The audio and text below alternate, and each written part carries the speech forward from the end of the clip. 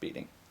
So I'd like to thank Care for the Homeless for not only supporting HSS, but allowing me to participate in this policy forum. It's a really important time to talk about the issue of homelessness. Right now in New York State, we are in the worst homeless crisis since the Great Depression. We have 60,000 people in shelter in New York City. When you add the number upstate, you get up to about 85,000. And then when you talk about the number of children in New York State that are homeless, you're up at 150,000. That is about, if you're going to fill Citi Field, you can fill it 3 times with the number of kids in New York State that are homeless. So we have a crisis on our hands. But the bigger problem for us as policymakers and every New Yorker is the trend. The trend of homelessness is exponentially increasing in New York State. Last year, our government, our state government, reported to the federal government that 19,000 more New Yorkers became homeless than stopped being homeless. And if you think of that as a trend, we have to do something to solve the problem and the growing trend.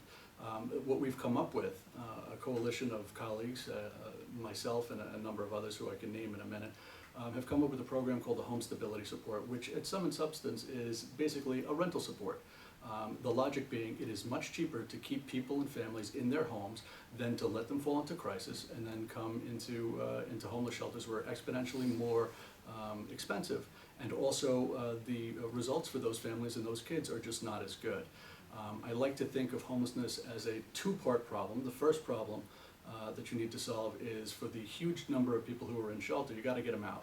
The way to get them out is supportive housing, which we've started to do with the Assembly taking the lead and Speaker Hevesi taking the lead.